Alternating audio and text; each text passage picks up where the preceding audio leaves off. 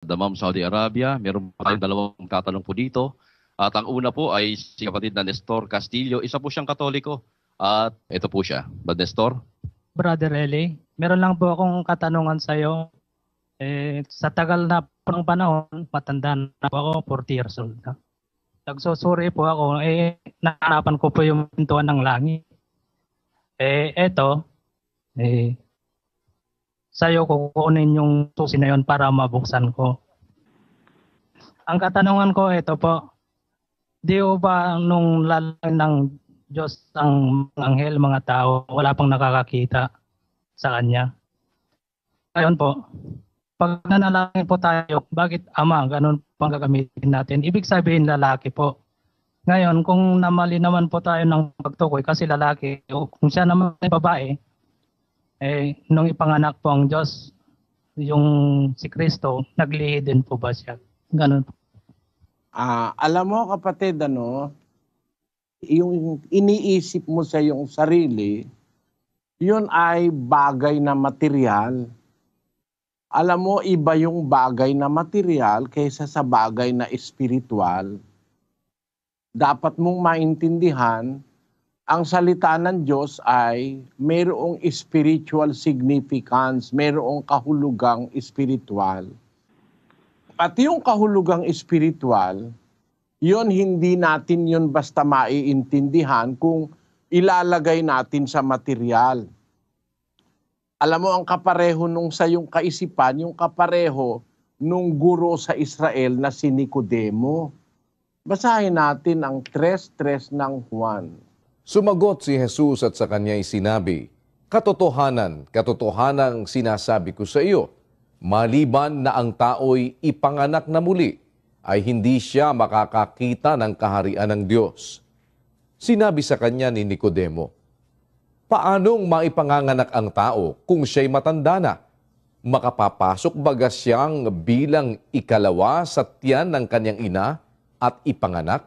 Ayon, yun ang sagot ni Nicodemo kasi sabi ni Kristo, sinasabi ko sa iyo, malibang ang tao ipanganak na muli, hindi siya makakakita ng kaharian ng Diyos. Ang naging isip ni Nicodemo, paano maipapanganak uli ang tao kung lalo na kung matanda na? Pwede ba siyang pumasok uli sa tiyan ng nanay niya para ipanganak? Ang pagkaintindi ni Nicodemo, pag ipapanganak, ang manganganak nanay. Kailangang may nanay, magbubuntis. Yun ang pagkaintindi natin pangkaraniwan. Pero ano ibig sabihin ni Kristo nung ang kailangan ng tao ipanganak na muli? Paano mangyayari yun? Papasok ka uli sa tiyan ng nanay mo, tapos magle-labor uli ang nanay mo, at pag hindi na kaya, cesarean, ganun ba? Basahin natin ang 1 Pedro 1:23.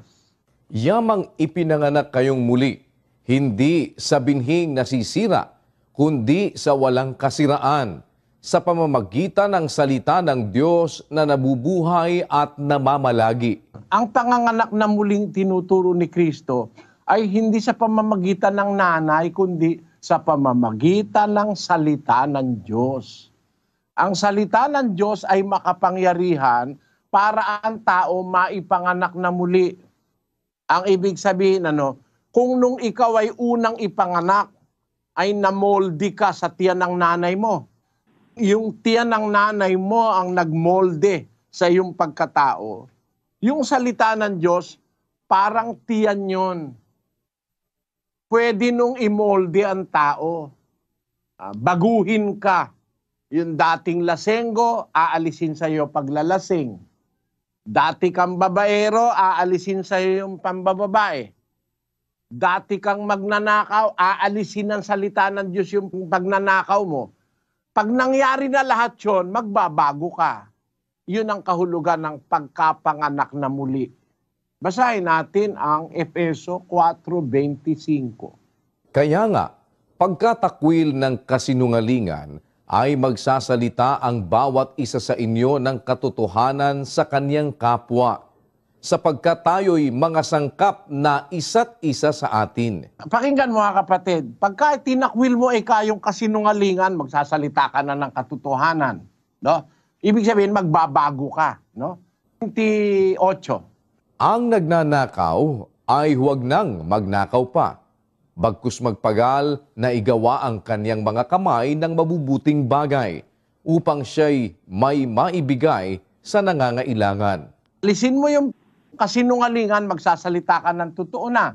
Tapos, yung nagnanakaw ka, wag nang magnakaw pa. Aalisin mo ngayon yung pagnanakaw na nasa'yo at magtatrabaho ka na, gagawa ka na ng mabuti. Sa pamamagitan ng mga salita ng Diyos na yon, mamomoldi ka ng isang bagong pagkatao. Dating magnanakaw, maalis yung pagnanakaw. Dating sinungaling, maalis yung pagsisinungaling. Dating babaero, maalis yung pagkababaero. Dating drug addict, maalis yung pagka-drug addict. Babaguhin ka nung salita ng Diyos. Magkakaroon ka ngayon ng bagong pagkatao. Yun ang ipinanganak na muli. Bakit pinanganak na muli? Nagbago ang ibig sabihin. Ano? Ang nagpabago, yung salita ng Diyos. Kaya ang salita ng Diyos pwedeng manganak. Hindi ibig sabihin nagbuntis yung salita ng Diyos. Ano? Kundi, napaloob ka dun sa salita ng Diyos na moldi kang panibago. Naging bago ang iyong pagkatao. Basahin natin ang Efeso 4:24. At kayo'y magbihis ng bagong pagkatao na ayon sa Diyos ay nilalang sa katwiran at sa kabanalan ng katotohanan. Salamat sa Diyos. Kayo ang wikay, magbihis ng bagong pagkatao. O, pagbago na, bagong panganak na. Bakit bago? Nawala yung sugal, nawala yung alak, nawala yung pambababae, nawala ang kasinungalingan, nawala ang pagnanakaw. Ano ang nangyari? Bakit nawala? Sa pamamagitan ng salita ng Diyos. Yun ngayon ang nanganak sa'yo. Hindi ibig sabihin na ipapanganak ka muli, papasok ulit sa tiyan ng nanay mo. Papatayin mo nanay mo pagka pumasok ka uli doon. Kaya yung salita ng Biblia, wag nating papakahuluganan sa ating sarili. Ang Ama ay nanganak din. Ang Amang Diyos. Ipinanganak niya ang Panginoong Hesukristo. Ibig ba sabihin si Kristo'y pinagbuntis, pinaglihin ng Ama. At baka naman, ba't sabi naman ng iba, paano naman manganganak ang Ama? Kokonti ang kaalaman niya. Parang ganito.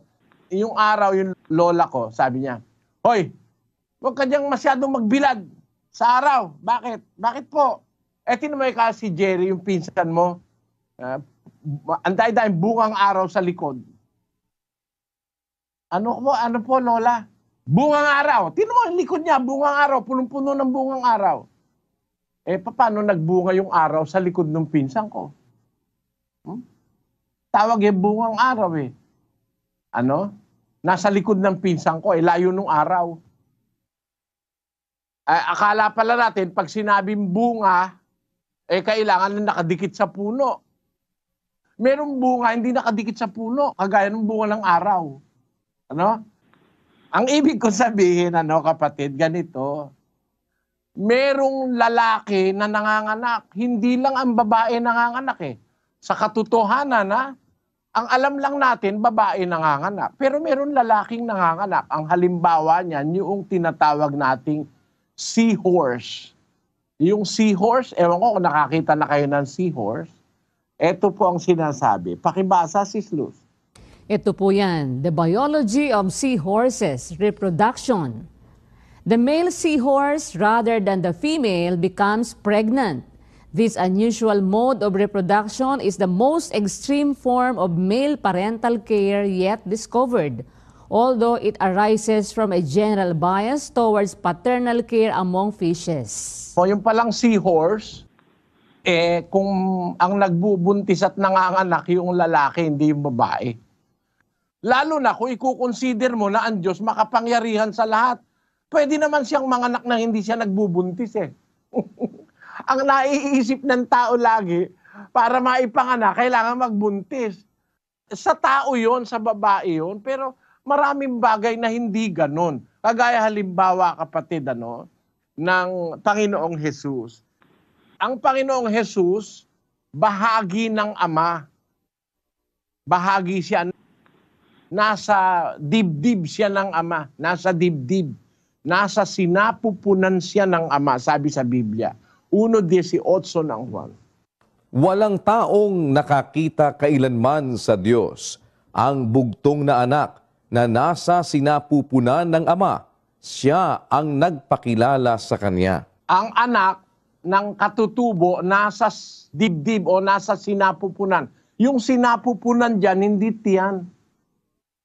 Kung titignan natin sa Griego, yan ay yung dibdib. Nasa kalooban ng Diyos. Ayun. Bosom. Ayun. Ngayon, yung anak na nasa sinapupunan ng ama, inilabas ng ama. Parang ganito si Eva galing sa tadyang ni Adan. Hindi naman sa tiyan galing si Eva Akala nun ng mga iba, lahat ng tao galing sa tiyan. Si Eva nga hindi galing sa tiyan Kinuha ng Diyos yung tadyang niya, ginawa niyang isang tao na babae.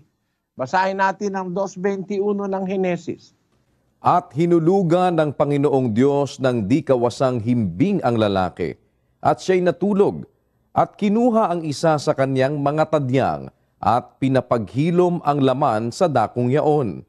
At ang tadyang na kinuha ng Panginoong Diyos sa lalaki ay ginawang isang babae, at ito'y dinala niya sa lalaki. At sinabi ng lalaki, ito nga'y buto ng aking mga buto, at laman ng aking laman. Siya'y tatawaging babae, sapagkat sa lalaki siya kinuha. Maliwanag. Si Eva hindi galing sa tiyan. Si Eva galing sa tadyang ni Adan. Nagawa ng Diyos na babae, galing sa tadyang ni Adan. Si Eva. Kaya kapatid, hindi ibig sabihin, pagka ipinanganak ng Diyos, ang ibig sabihin nesesaryo na nagbuntis ang Diyos, lumaki ang tiyan, tapos nag-labor, pinanganak yung anak. Hindi ganon. Pwede niyang magawa sa kanyang kapangyarihan na maipanganak ang ating Panginoong Kristo na hindi siya nagbubuntis na parang babae. At huwag kang magkaroon ng kaisipan na, paano mangyayari yun? Lalaki siya, paano siya nagbuntis? Hindi ang lahat ng panganganak ay kailangan ng pagbubuntis. No? Yung yelo, pinapanganak yun Kung Biblia pag-uusapan natin, ang yelo, pinapanganak 38:28 ng Job. May ama ba ang ulan? O sinong nanganak sa mga patak ng hamog? Sa kaninong bahay bata nagmula ang yelo? Kaninong bahay bata nagmula ang yelo? Bahay yelo. Sa kanino nang galing? Ba't nagkaroon ng yelo? Sabi ng Diyos, tinatanong niya si Job.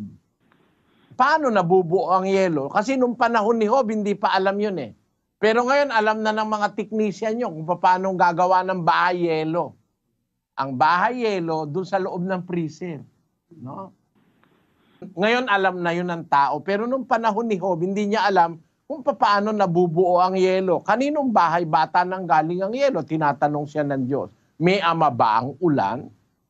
Hindi kayang ipaliwanag ng tao nung araw, pero ngayon kaya na. Ang ibig sabihin, bawat bagay na nangyayari, mayroong dahilan scientifically and spiritually speaking. Pero hindi lahat scientific.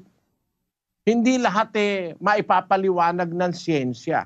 Merong mga pangyayaring spiritual, kagaya ng pagkapanganak sa Panginoon Kristo. Bago pa nagkaroon ng mundo, bago pa nilikha ang alinmang bagay, inilabas na siya ng Diyos. Kaya ang termino, ipinanganak. Pero sa Biblia, inilabas siya. Basahin natin ang 8:22 ng Kawikaan. Inari ako ng Panginoon sa pasimula ng kaniyang lakad, bago pinasimula ng kaniyang mga gawa ng una. Ako'y nalagay mula noong araw, mula nang walang pasimula, bago nalikha ang lupa. Ako'y nailabas nang wala pang mga kalaliman, nang wala pang mga bukal na sagana ng tubig. Bago ang mga bundok ay nalagay, bago ang mga burol ay ako'y nailabas. Samantalang hindi pa niya nililikha ang lupa, ni ang mga parangman, ni ang pasimula man ng alabok ng sanglibutan. Nang kanyang itatag ang langit, nandoon ako, nang siya'y maglagay ng balantok sa balat ng kalaliman, nang kanyang pagtibayin ang langit sa itaas, nang maging matibay ang mga bukal ng kalaliman, nang bigyan niya ang dagat ng kaniyang hangganan, upang huwag salangsangin ng tubig ang kanyang utos, nang kanyang iayos ang mga patibayan ng lupa. Nasa siping nga niya ako, na gaya ng matalinong manggagawa. Doon, maliwanag na yung karunungan ang nagsasalita sa talatang ito, yun ang ating Panginoong Hesus, yung anak ng Diyos.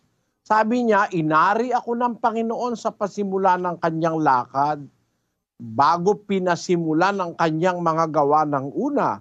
Ako'y nalagay mula noong araw, mula nang walang pasimula, bago nalikha ang lupa, ako'y nailabas.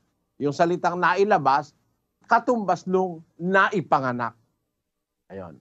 Nailabas siya mula sa sinapupunan ng Diyos, binigyan siya ng kalagayan bilang anak. Ayun. Ngayon, nung sabihin ng Diyos sa araw na ito, ipinanganak kita, hindi ibig sabihin nun, naglihi ang Diyos, tapos nagbuntis, tapos naglabor, parang babae, hindi. Ibig sabihin nun, inilabas siya ng Diyos mula sa kanyang sinapupunan, mula sa kanyang dibdib, mula sa kanyang kalooban, ay inilabas niya yung anak na siyang naging ating Panginoong Hesukristo. Sabi niya, ako'y nailabas. Ayun. Sana naunawaan mo, kapatid, ang aking sagot sa iyong tanong. Okay po. Salamat po, Brother Eli. Lipat po tayo ng Brunei.